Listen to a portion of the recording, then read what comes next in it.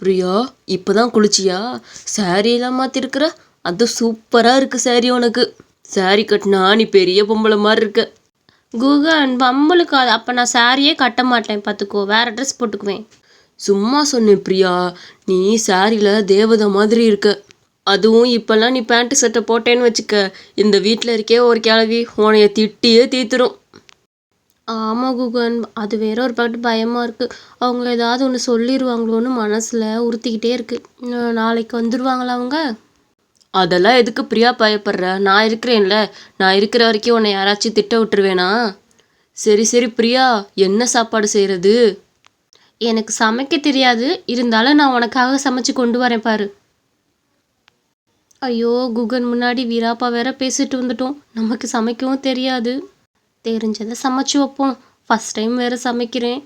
அன்னைக்கு வீட்டில் சமைக்கும் போதே சொதப்பிட்டேன். இங்கே எப்படி பண்ண போகிறேனோ கடவுளே. குகனுக்கு பிடிக்கணும் நான் சமைக்கிறது.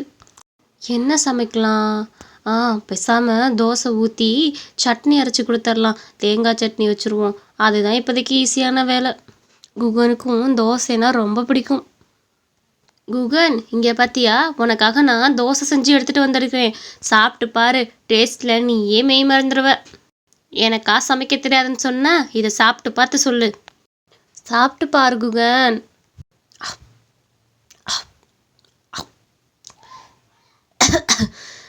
பிரியா, டேஸ்ட்டு நல்லா தான் இருக்குது. பிரியா, டேஸ்ட்டு ரொம்ப சூப்பராக இருக்குது. பரவாயில்ல, நீயும் செஃப் ஆகிட்டியே. தோசைக்கும் சட்னிக்கும் அவ்வளோ அருமையாக இருக்குது.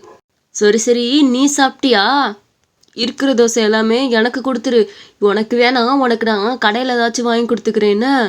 குகன், நீ பொய் சொல்கிற. தோசை நல்லாவே இல்லை தானே, எனக்கு தெரியும். நீ என்னை ஏமாத்துறதுக்காக தான் அப்படி சொல்கிற. நீ நல்லா இருந்தா என்னையும் சாப்பிடுன்னு தானே சொல்லியிருக்கணும். எனக்கு தெரியும் எனக்கு. அப்படி இல்லைன்னா என்னையும் சாப்பிட சொல்லியிருப்ப தானே. சரி, நல்லா இருக்குல்ல, கொஞ்சம் நான் சாப்பிட்டு பார்க்குறேன், கொடு. பிரியா, உண்மையிலே நல்லா இருக்கு. ஆனால் நீ சாப்பிட வேணாம், உனக்கு நான் கடையில் வாங்கி கொடுக்குறேன். உனக்கு கடையில் பிரியாணி வாங்கி கொடுக்கலான்னு நினச்சேன். இதை சாப்பிடாத பிரியா. அதெல்லாம் எனக்கு தெரியாது. நீ இப்போ எனக்கு அந்த தோசையை கொடு, நான் சாப்பிட்டு பார்க்கணும். குகன் நில்லு. எங்கே நகர பார்க்குற? டேய் நில்லு, பிடிக்கிறேன் உன்னை. பிடிச்சி நினைக்கிறேன், சாப்பிடாம விட மாட்டேன்.